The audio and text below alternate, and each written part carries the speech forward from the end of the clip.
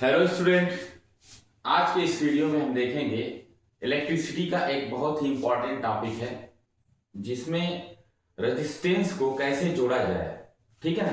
Combination of resistance ये topic का नाम है। Combination of resistance. चलिए देखते हैं। कॉम्बिनेशन ऑफ रेजिस्टेंस को हिंदी में बोलते हैं प्रतिरोधों का संयोजन। ठीक है,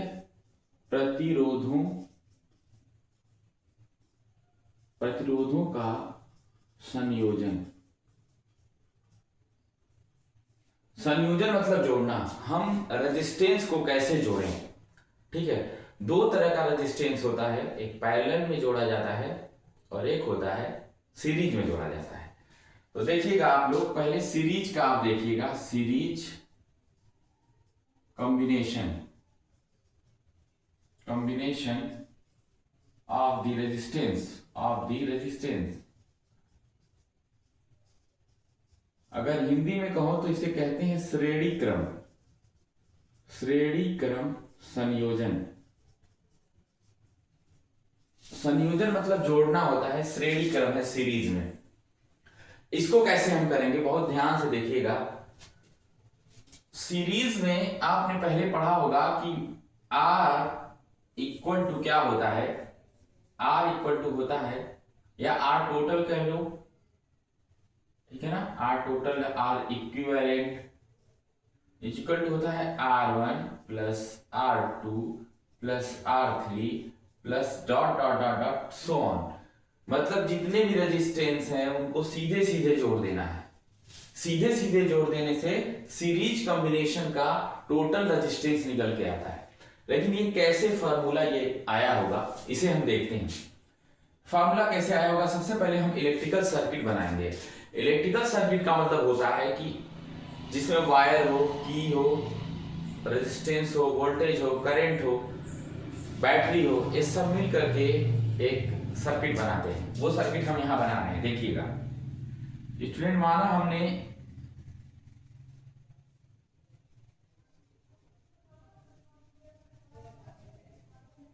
देखिए ये आपका रेजिस्टेंस बन के तैयार हो गया है। अब हम क्या क्या बनाएंगे आप देखेंगे।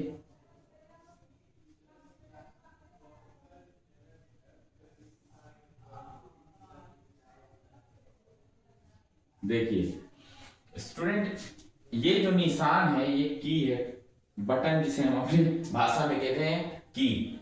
और जब यहां गोल सा रहता है बीच में डॉट ना, तो ये रहती है ऑन। ठीक है ना।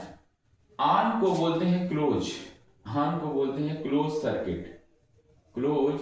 सर्किट, बंद पथ। ऑन को बोलते हैं क्लोज सर्किट। ठीक है, चलिए। तो अभी आपको लगेगा क्लोज है तो ऑन कैसे होगा, लेकिन होता है। और जब सर्किट क्लोज होता है ना, तो पास होता है, बंद होता है, यानी वायर टच हो जाता है तो फ्लो होती है करंट। ठीक है, बहुत जबरदस्त है। यहां देखिए ये माइनस टर्मिनल है, ये प्लस है, बड़ा वाला प्लस होता है, ये बैटरी है। ठीक है, बैटरी होने के बाद आप देखेंगे इसमें कि करंट हमेशा प्लस से माइनस की तरफ जाता है, ये प्लस वाले से माइनस की तरफ जाता है। अच्छा, इसमें हमने माना कि ये करंट आई फ्लो कर रहा है। ये रेजिस्टेंस को हमने माना R1 है, दूसरा वाला R2 है, तीसरा वाला R3 है। जब सीरीज कॉम्बिनेशन होता है तो हम देखेंगे कि इसमें क्या होता है, करंट सेम होती है। जो करंट होती है वो सेम होती है, यानी ये आई करंट R1 वाले में भी जाएगी, R2 वाले में भी जाएगी, R3 वाले रेजिस्टेंस से भी आई करंट ही होकर के जाएगी। तो ये सेम होगी, इस कंडीशन में आई हो जाएगी। लेकिन जो वोल्टेज होगा ना, potential difference, that is potential difference, क्या हो जाएगा वोल्टेज, ये डिफरेंट होगा। जैसे ये वोल्ट की बैटरी V वोल्ट की बैटरी है, कैपिटल V वोल्ट की ये बैटरी है। तो जब इस वाले में जाएगी तो इसका वोल्टेज V1 हो जाएगा, इसका V2 हो जाएगा, इसमें V3 वोल्टेज हो जाएगा। इसमें वोल्टेज की चेंजिंग हो रही है, लेकिन ये तीनों जोड़ोगे तो इसी बैटरी के वोल्टेज के बराबर आएगा ना, क्योंकि इसी से निकल के गया है। तो उसको मैं यहां लिख रहा हूं कि capital V is equal to V1 plus V2 plus V3। ठीक है, V1 plus V2 plus V3। ठीक है, एक चीज और हमें देखना है, अगर किसी भी सर्किट में करंट I चल रहा है और रेजिस्टेंस R है और वोल्टेज V है, तो ओम्स लॉ से V इक्वल टू IR होता है, by Ohm's law, by Ohm's law. चलिए, ओम्स लॉ, तो V इक्वल टू होता है IR। तो अगर हम V1 निकालें, ठीक है ना, अगर इस ठीक है, V1 अगर करेंगे आप तो IR1 हो जाएगा। ठीक है ना, V1 इक्वल टू क्या हो जाएगा, IR1। ठीक है, V1 इक्वल टू हो जाएगा IR1, V2 इक्वल टू हो जाएगा IR2, V3 हो जाएगा IR3। ठीक है, वेरी गुड। चलिए, इन सभी की वैल्यू इसमें रख देते हैं। V की जगह IR रखेंगे, V की जगह IR रखेंगे, यहां पर IR is equal to V1 की जगह IR1 प्लस V2 की जगह IR2 प्लस V3 की जगह IR3। अब यहां एक क्वेश्चन आता है कि क्या हम सिर्फ 3 तक ही जोड़ सकते हैं? नहीं, आप इससे ज्यादा चाहे जितना रेजिस्टेंस चाहे वो लेके जोड़ सकते हैं। अब इसमें हम कॉमन लेते हैं, IR इज इक्वल टू हो जाएगा, यहां पर I कॉमन है, अंदर बच जाएगा R1 plus R2 plus R3 plus dot dot dot, ये और भी हो सकता है। I से कैंसिल हो गया, R इज इक्वल टू हो गया R1 plus R2 plus R3 plus dot dot dot. अब यहां पर जो एक इक्वेशन बन के आया है, क्या हमें यही लाना था? यही। R ये बताता है ये टोटल रेजिस्टेंस, इक्विवेलेंट रेजिस्टेंस है, ये बाकी रेजिस्टेंस का सम है, R1 R2 R3। इस तरीके से आपका ये सीरीज कॉम्बिनेशन आपका कंप्लीट होता है। सीरीज कॉम्बिनेशन में आप इसे नोट करें, फिर हम पैरेलल कॉम्बिनेशन बता रहे हैं।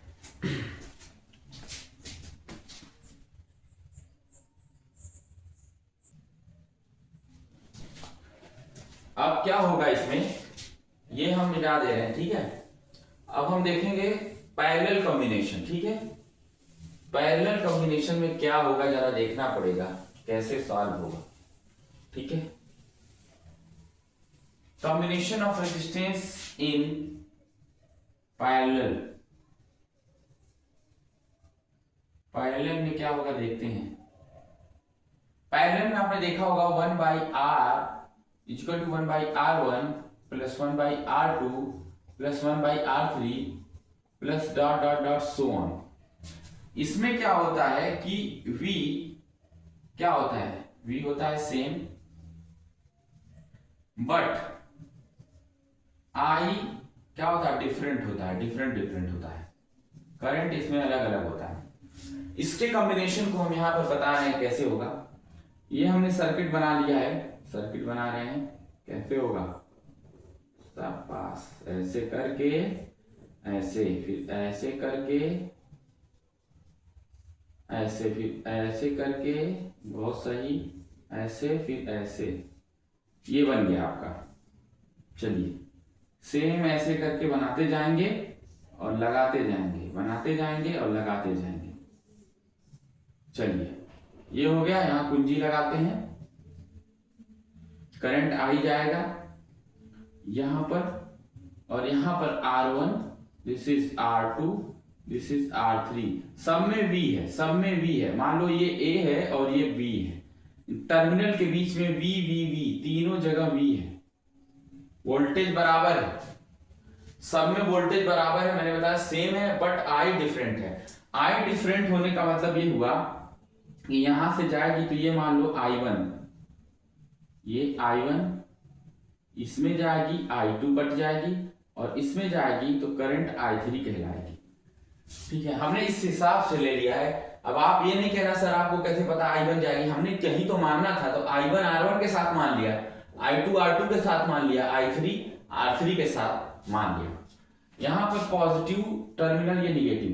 यहाँ स्टूडेंट ये बैटरी है, V वोल्ट की क्या है ये बैटरी। अब यहाँ एक और चीज समझिएगा, अगर मैं सिर्फ ऐसे बना देता ना तो ये सेल हो जाता, और ऐसा 2 है या 2 से ज्यादा रहे तो वो हो जाता है बैटरी। ठीक है, तो इसे मैं मिटा दे रहा हूं। अभी क्या हमें करना है, ऐसा लाना है हमको, ये फार्मूले को हमको ड्राइव करना है। तो क्या करेंगे, देखिए जो कैपिटल I है वो बराबर हो जाएगा I1 plus I2 plus I3 plus dot dot dot dot so on. क्योंकि यही वाली I तो बट के 3 जगह हुई है, I1 I2 I3, इनमें वोल्टेज बराबर है, A और B के बीच में वोल्टेज सेम है। फॉर्मूला क्या होता है, जैसे V इक्वल टू IR होता है, तो I बराबर क्या हो जाएगा, V अपान R। ठीक है ना, ये भी ओम्स लॉ का ही है। तो अब हम कैसे सॉल्व करें इसमें आगे जरा बताएंगे आप लोग। I equal to V by R। ठीक है, इसको हम इस इक्वेशन फर्स्ट में रखते हैं, इसको I equal to V by R रखें, V by R equal to I1 की जगह क्या आ जाएगा, तब I1 की जगह V बाई R1। भाई I का मतलब होता है V बाई R, तो यहां पर V तो है, सब में है, लेकिन R1 वाले का I1 क्या होगा, V बाई R1, ठीक है, plus V by R2 plus V by R3, ऐसे dot dot dot so on. अब क्या करेंगे आप देखेंगे, यहां पर हम इसी को ऐसे लिख सकते हैं 1 by R multiply by V, इसको हम लिख सकते हैं स्टूडेंट, जो इक्वल टू का निशान है। अब क्या करें, चलिए V कॉमन लेते हैं और अंदर लिखते हैं 1 by R1 plus 1 by R2 plus 1 by R3 dot dot dot so on. यहां V से कट गया है, ठीक है, तो हमारा फाइनल आ गया है 1 by R is equal to 1 by R1 plus 1 by R2 plus 1 by R3 plus dot dot dot so on.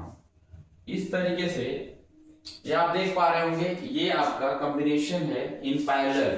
जब पैरेलल जुड़ा हो, पैरेलल कैसे हो गया, ये सब पैरेलल में जुड़ा है। पैरेलल लाइंस वो होती हैं जो एक दूसरे से कभी मैच नहीं करती, मिलती नहीं है, कट नहीं करती हैं, ठीक है ना, और सीधी होती है, सीधी हो चाहे टेढ़ी हो, टेढ़ी का मतलब जिग-जैग तो नहीं हो सकती, ऐसे हो सकती हैं। देखिए एक ऐसे हो सकती हैं, या ऐसे भी हो सकती हैं, ऐसे भी हो सकती हैं, लेकिन इनके बीच की दूरी हमेशा बराबर होगी, इनके बीच की दूरी हमेशा बराबर होगी। ये कहीं जा करके ऐसे मिल नहीं सकती, कट नहीं कर सकती। तो ये अब इसे मत करना यहाँ के मिल गए, यहाँ नहीं, ये देखिए, ठीक है। इस तरीके से आपने देखा कि ये कॉम्बिनेशन इन पैरेलल कैसे होता है, ठीक है। नेक्स्ट बाकी बताएंगे अगले वीडियो में। Thank you.